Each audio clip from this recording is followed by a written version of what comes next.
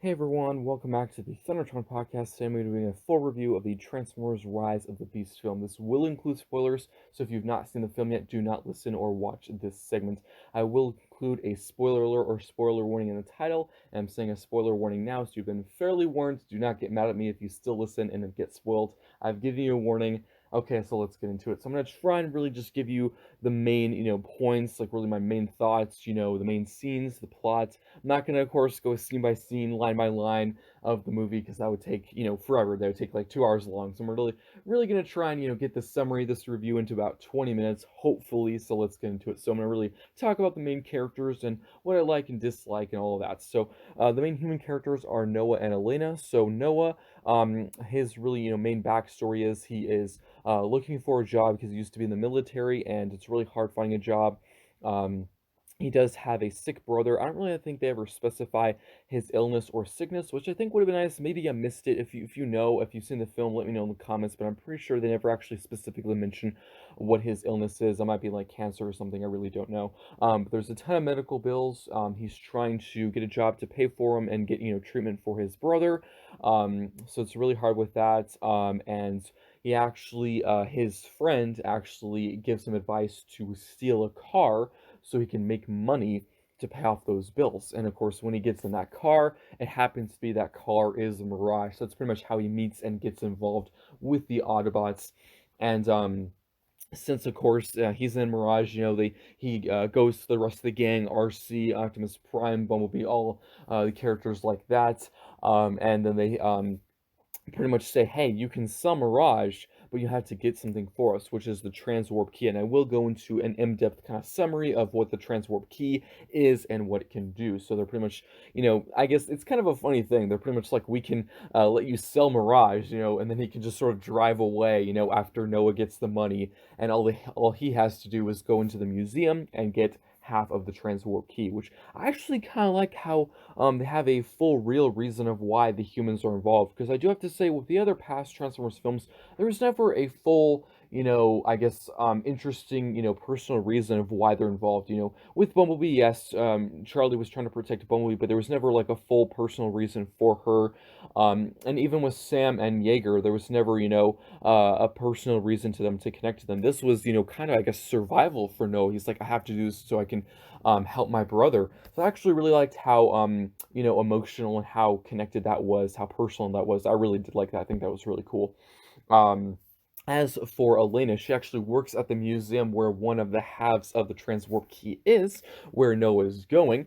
Um, and her backstory, I wouldn't say is as intricate or interesting as Noah. I really wouldn't say she's the main character. She's probably the side character. That's just my opinion anyway. But she works in the museum, and it's obviously very present that they kind of really don't treat her. I guess the most nice, not really the most fair, because she's really interested, in artifacts, and she's really, you can tell she's very knowledge and very, educated about these artifacts. She likes history, it appears, but her bosses really don't, care her insight, really don't care what she says. They kind of, shush her away, kind of move her away. She's actually late to work, so she seems like she's a bit busy and frantic. So that's really the main key takeaways I took away from it. And they actually did mention her dad a couple times. Appears she really liked her dad, had some special relationship with her, but I wouldn't say there's a major character backstory to her. Maybe it could have been nice if she mentions maybe some more of her family or something. But still, she was a really good character, and I actually really I thought she was a good addition to the film. Um, so as for the main Transformer cast, of course, I can't go through every single, Transformer because that would take forever because there's quite a few. I'm really just gonna pick out the main, highlights, the main standouts for me. So Optimus Prime was a huge standout for me in this film, which is honestly surprising. I was really expecting the Maximals to be the main highlight for me because, this is the first live action film we've ever seen them in. I was thinking, okay, they're gonna put a lot of time and attention on. Not saying that they were bad in this film, but I actually really like how they did Optimus Prime. So if you don't know, they actually did base somewhat of Optimus Prime's design off of Peter Cullen's face, which I thought was really cool. I think that really helped with his Optimus Prime's facial expressions. So I am going to spoil something now. I did give spoiler advance warnings, so if you're at this point and you've already not watched the film yet, then that's on you because I've given a warning, but I'm going to say it again, spoiler warning.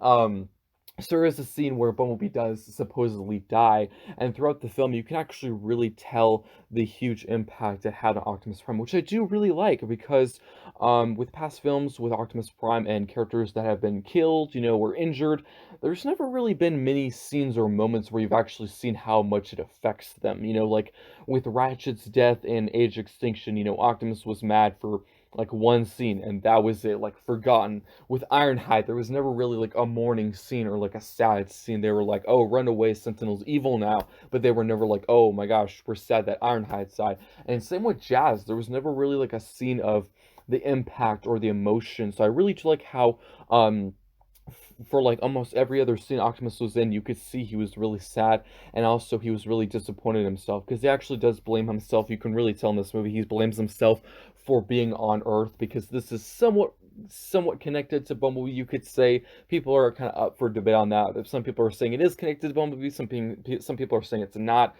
It's really either way for me. Um, there is some references to Charlie in this movie, which I actually kind of liked. But yeah, you can definitely tell throughout this film he is, regretful, and he does blame himself for being on Earth, stuck on Earth. Because actually at the end of Bumblebee, there's that kind of ending credit scene of Bumblebee and Optimus. You can see several Autobots or kind of meteorites, crashing on Earth. You can assume, of course, those are Autobots. So it seems like they've been on Earth for quite a while. I don't actually think if they ever say, I really don't know if they ever say an exact amount of time. I could have missed that. It might be, 5, 7 years or something like that. So, yeah. I guess another major highlight character for me was Scourge, actually. He's pretty much the main villain, and I think they did a really good job with him. My main concern for this film was he was going to be kind of a nobody villain. I was really worried they were going to give him like the Shockwave and Galvatron treatment, from Age of Extinction and Dark of the Moon, because those characters, we were really excited for in the trailers. We actually, for a time before Dark of the Moon was even out, we were expecting the main villain to be Shockwave, but that we were so wrong. He was barely in that film. Same with Galvatron, we were kind of expecting him to be the main villain, and it was mostly really Lockdown was the main villain, and Galvatron was barely in there, so I was really worried he was just going to be on screen for like 5 minutes, but he actually had a lot of screen time, and he actually made me interested when going into this, to the theater to watch this film. I was never really, I would say, before I saw it, I was never really super excited or interested in Scourge. My main interest was probably the Maximals, but leaving, I was like, wow, Scourge is actually like really, really cool. And his first appearance in the film, like the first scene was so cool. His chest was like glowing and lighting up. I really like that. Um, and I was actually interested how they're going to show that on screen because we had the toy release in Studio Series, and they were talking about how his chest sort of glows up with that transparent red plastic. And I was wondering, okay, how is that going to come across in live action with the effects? I also do have to say they kind of missed an opportunity with the Scourge toy. I just have to say it now because in the film there's several scenes where the freezers are actually like sort of transforming out of Scourge, and that would have been a really cool toy feature, but unfortunately they didn't do that. Also, all the insignias on his arms, I thought that was really cool. They show some really nice close-ups of insignias on his arms, not only as on his chest, which actually that's another missed detail on the toy. I don't have the Scourge toy, the Series figure, but I've seen reviews, and I'm pretty sure there are no insignias on his shoulders or arms, which they really should have put some, because actually that's where he puts Bumblebee's insignia at. When Scourge kills him, he takes his insignia and puts it on his shoulder, not on his chest. So hopefully if we get like a mainline Scourge, they could add some of those features and details that they missed on the original one. I think that'd be really cool. And maybe I'll just get it. But yeah, definitely Scourge was a highlight. I thought he was really cool. Definitely very menacing. Love the voice actor for him. Very menacing, very cool. And definitely not a nobody villain. I actually thought he was really cool. I was really looking forward to every scene he was in, and I really want to see the movie again for his scenes. Definitely very interested in that. I would say probably another highlight was Optimus Primal because he was not the leader at the start, so it kind of showed how he slowly gained the role of leader of the Maximals. The first leader was Apeling. I'm pretty sure that's how you say his name. If I'm correct, I'm not super educated and knowledge about that character, but he sort of became the leader, which is actually really cool because we've always known, in Beast Wars and the Netflix Kingdom show, he's always been the original leader of the Maximals. So it's actually cool how he didn't start off as the leader, but he slowly filled that role. And it was also really nice how there was a scene where Optimus Primal was pretty much saying he looked up to Optimus Prime for his entire life, which I was like, that's pretty interesting. I really like that. Um, as for the transwarp key, definitely something I need to talk about. So the transwarp key is pretty much like a space bridge or teleportation device.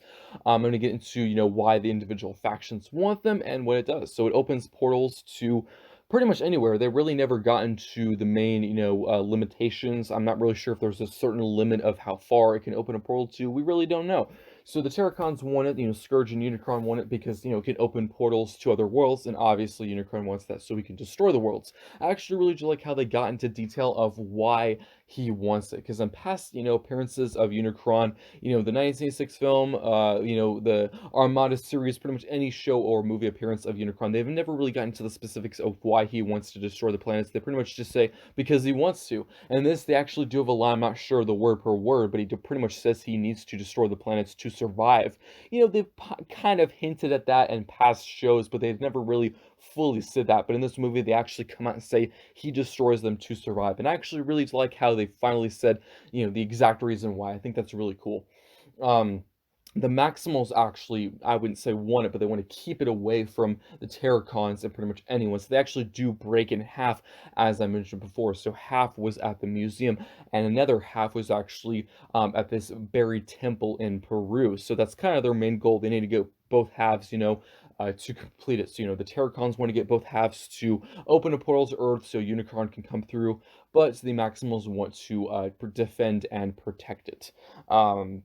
The Autobots actually kind of, going into further detail, like I mentioned earlier with Optimus Prime, they've been stuck on Earth for quite a while now, so that's why they want the Transwarp Key. They want to use it so they can go back to Cybertron and reclaim their planet. So that's the Transwarp Key. It's kind of the main, item of this movie, sort of like Dark of the Moon, the main item or goal was the pillars. So yeah, this time it's the Transwarp Key, and I actually thought it was really cool because, times in the past with not only Transformers movies, superhero movies, just movies in general, whenever they have an item, at times it can get a bit, boring at times, and also the item can be not as interesting. So I actually really like how they had a pretty good story for it. I was a bit worried. I was like, oh, is this just going to be kind of like one of those boring artifact movies, where like that's all it is, that's the entire story. But there's quite a bit more to it, and I really do like how it incorporated into this film.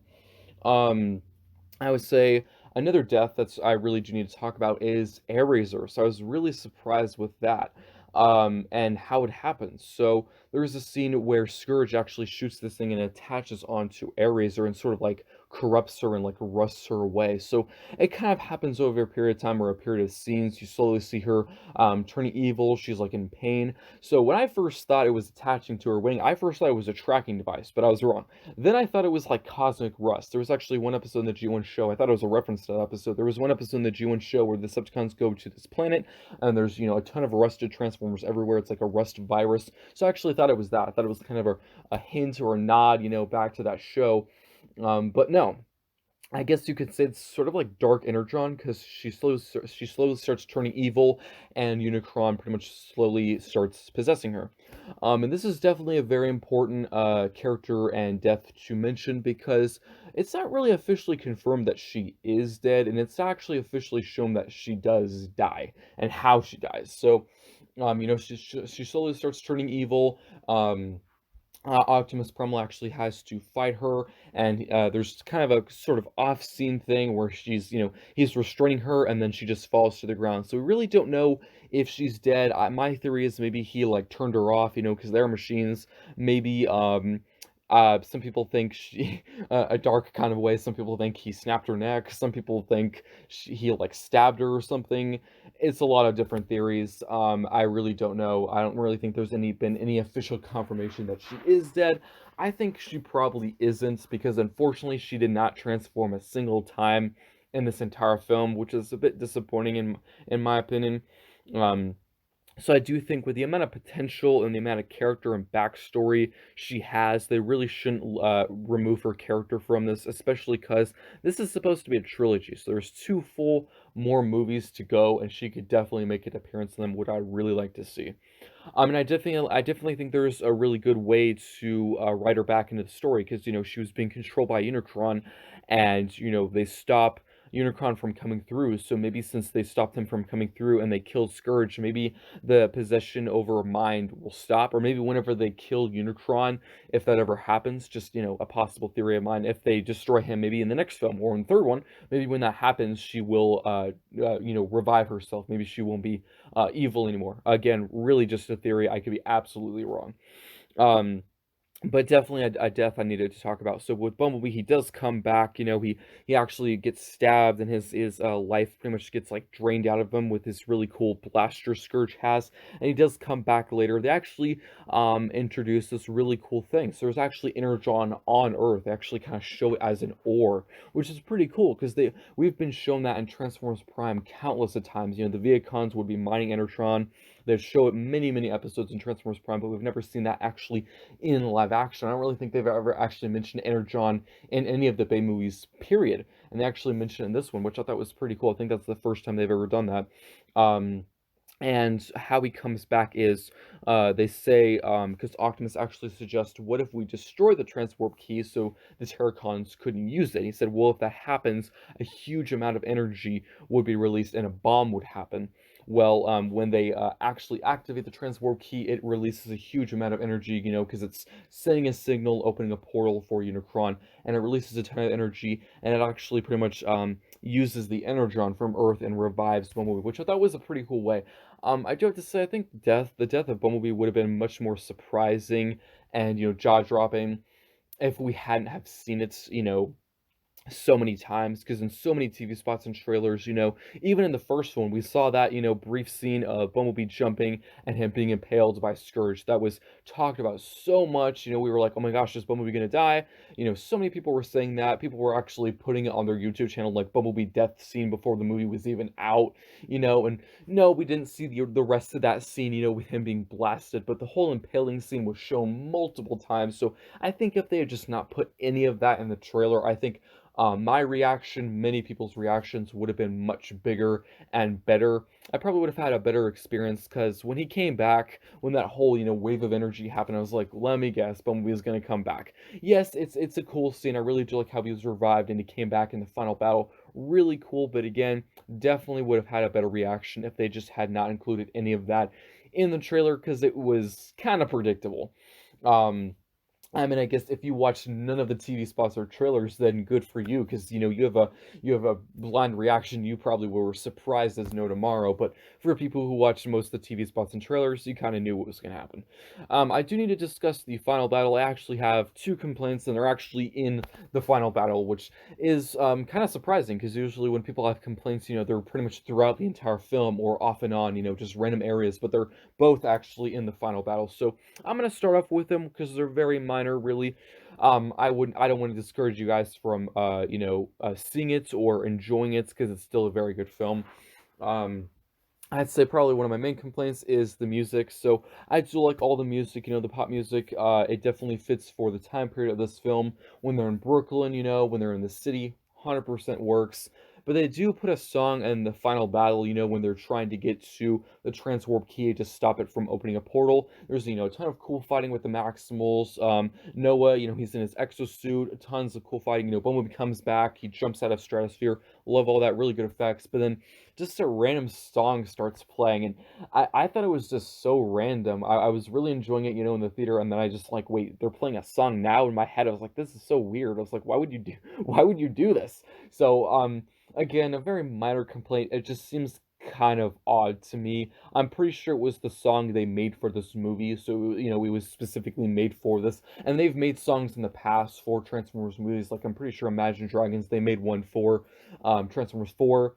Um, I didn't like that one either. And this one was not in this movie nearly as long as Age of Extinction. It was only in there maybe a minute, probably under, so not the biggest deal in the world. It just seemed very oddly placed and just oddly timed, and it kind of covered up the dramatic conclusion, because we were like, oh my gosh, Unicron's, going to come through the portal. We could see him coming through, there's a huge battle, and then we just start hearing pop, rap music, and I'm like, this just distracts from the cool effects and the sounds, because it really does cover up quite a bit of the sounds and really cool effects. So I really don't approve of that. That was a bit odd to me. That's just my opinion. If you enjoy the song, totally fine with you. I actually don't dislike the song. The song was fine. Just where it was placed in the movie was poorly really poorly placed. That's just my opinion.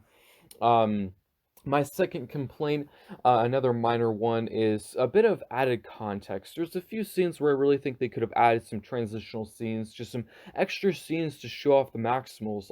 Like I said, I'm pretty sure Ares are never transformed once. Rhinox, I actually don't think he has one voice line in the entire film, which is a bit disappointing. Cheetor and Optimus Primal have the most of the Maximals, and then again, Cheetor really doesn't have that many. So, just some added scenes for some added information and some more dialogue for the Maximals, because there really wasn't that much. But one main area where they really should have had some explaining to do is when the Terracons have both halves of the transwarp key.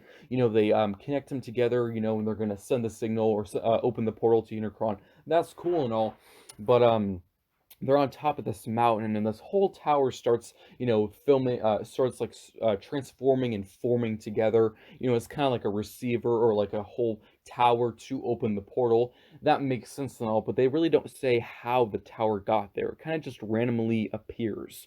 So I really never understood that. I was waiting for them to explain, like, oh, the Terracons built it, or like, the transwarp key has the power to do that. And they never really add any info on how that happens. So I was a bit um confused with that. I was like, you would think there would be some scene of them showing that. It kind of just randomly appears. So they really should have included just like, a 1 minute scene. Maybe they could have had the freezers and the Scorponok's, they could have had them in the background, like building the tower, or maybe the Terracons could have been building something, Unicron could have built it or something. I don't know. Um, it just seemed too kind of an easy thing, like, because the tower just like appears there out of thin air. I'm like, well, that doesn't make any sense. So and also considering how short this film is, it's like 2 hours, but it's one of the shorter Transformers films. It really doesn't seem like it would have been bad if it was just like 1 to 5 minutes longer, and they could have included some of those transitional scenes with some information, because it really was needed. And there were several areas where they could have done it, like as soon as, Scourge learns the transwarp key is there, there could have been a scene like, oh, it's here, we need to build the tower, the device to open the portal. That would have been a perfect time to do it, but they just never did it. Maybe I missed it, but I saw it with my dad, and I asked him, did you ever hear a line about them talking about how the tower appeared there? He's like, no. It's like, I was confused how that got there too. So again, could have missed it, but I never heard anything like that. Um, but those are really my only two complaints. I do have a few wants. Definitely the Maximals could have been in there more. Really just a want. The runtime is good because there is several Michael Bay Transformers films that do kind of wear you down. Like the fourth one is like almost 3 hours long, which is crazy. It's like 2 hours and 45 minutes. That's too long. So honestly, I think it's probably better for this film to be too short than too long, because if it's too short, then that means, you enjoy it and you want more. If it's too long, then you're getting bored of it and you want the movie to end. So definitely it's better for it to be too short than too long. That's just my view of it anyway. But there's really no scene where you can cut out anything. I can definitely pick out of the Michael Bay films scenes that can just be cut, that just don't achieve or add anything to the story. So definitely a huge positive and plus on this film.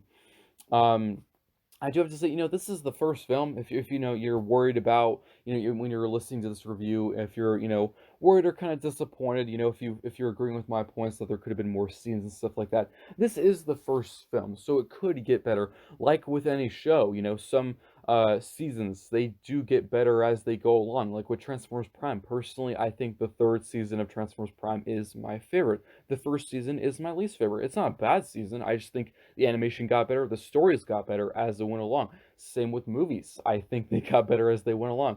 Also, probably with the Michael Bay movies, I think probably they got better as they got along. I think the third one is probably one of my favorite. That is just my opinion. So yeah, I think maybe they'll learn from their mistakes. The director, he might have realized, when he's going back looking at this movie, he might like, oh, I'm gonna change this with this new movie. I'm gonna probably, he might listen to our reviews and our complaints. He might think, yeah, I probably should have put more Maximals in this. So maybe he'll try and mainly focus on the Maximals in the next film. What he could do is, because out of this movie, the main highlights, like I said, the main area of story was mostly around Optimus and Optimus Primal. Maybe in the next film, it'll be more focused on Rhinox or RC. Maybe that he can switch it up a little bit, give some more other characters some more screen time. I think that'd be pretty cool to see, and it would be different because we see Optimus in every film. If they wanted to have him a bit, on the sidelines, I would be fine with that. I mean, some people might hate me saying that. Valid. That's understandable. But if they want to have, some more side characters like Rhinox and RC or Bumblebee, more of the main character, I think that would be fine. Um, but yeah, very little complaints. I thought it was really well paced. Definitely a very well paced film. I was never like, oh, this is boring. Oh, this is slow. And actually, that's really good because I did read a couple reviews, non spoiler reviews before I saw it, and a lot of people said it was slow during the second act. And when I watched it, I was like, what do you guys? I was thinking this isn't slow at all. Like this is really well paced. It kept up. I was really interested. I was on the edge of my seat. I was wanting to see what was going to happen next. So no, I don't think there was ever like, a slow moment or where it was just like, okay, this is the boring moment in the movie. I never really felt that. So I really think that's pretty much it for the full review. And I guess I can quickly talk about the two ending credit scenes very quickly. One of them is pretty simple. Noah is repairing or kind of working on this car, and his friend, walks in the garage and it transforms and it's a Mirage. It's kind of a mismatched car because Mirage gets damaged in the final battle by Scourge, and then, he transforms around Noah, forming the exosuit. And then you can, of course, conclude in the ending credit scene, he takes the exosuit apart and rebuilds Mirage. But I actually kind of like how the car's all beaten up and rusty and broken. He's kind of destroyed.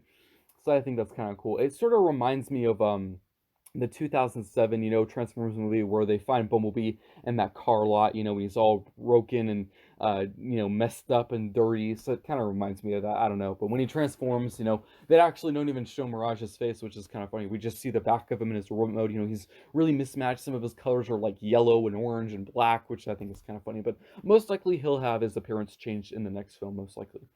Um, as for the second one, it actually does sort of confirm the G.I. Joe Transformers crossover. So, excuse me. And the second one, Noah has another job interview. He goes into this place, and this person, he asks about like his experience and stuff, and then he starts talking about the battle, the final battle, and him saving the world. And Noah's like, "What are you talking about? I have no idea what you're talking about."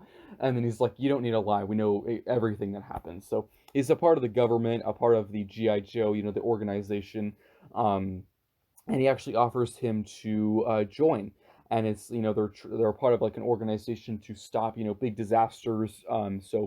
Most likely, if Unicron comes back, or when Unicron comes back, he will the GI Joe, and they'll like team up with the Autobots and stop Unicron. Most likely, that's just my prediction. But he actually does say, can we recruit your big friends as well? He says something like that, like the robots. So I thought that was cool.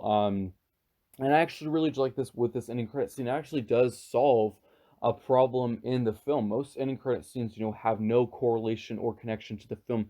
What I mean is, they don't really like fix any goals. They don't really continue the story from the actual film. It's usually ending credit scenes are supposed to make you think of the next one, not still the movie you're already watching. But the government official actually says, we're going to pay for all of your brother's medical bills because they saved the world. And I was like, that's a really cool touch because, people might think, oh, this is just an ending credit scene and it will have nothing to do with the movie itself. It actually does. He achieves his goal. That's the main reason why he wanted to get a job. He wanted to sell the car to pay the medical bills. And they said they're going to pay all of his medical bills and help his brother. So I thought that was really cool how it still achieved a goal for just a 2-minute scene.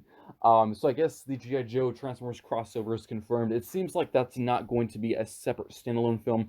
That is going to be the sequel to Transformers Rise of the Beasts, which seems like it's going to happen from articles I've read from the director. It seems like they're working on the second one right now. Um, I really have no idea if it's just gonna be called Rise of the Beast 2 or something else. We're really unsure about that. But yeah, I thought it was a really good film. If I were to rate it, I'm gonna give it the same rating I gave in the non-spoiler review. I'm gonna give it an 8.5 out of 10, which could vary because I've only seen the film once. And I didn't say every single, detail and death. I didn't go into detail on a ton of areas because it's a 2-hour movie. If I did, this video would be like hours long. I was really trying to have it, maybe a 30 to 20 minute review just to kind of, give my feelings and thoughts on the movie. I do have a few complaints, but nothing really that is to ruin the movie. I'm definitely very excited, and I'm really interested to see the next two films, and I really want to see this one again. I probably will see it a second time, but let me know what you think of the Rise of this film in the comment section down below. I do hope you enjoyed this review, and I will see you next time.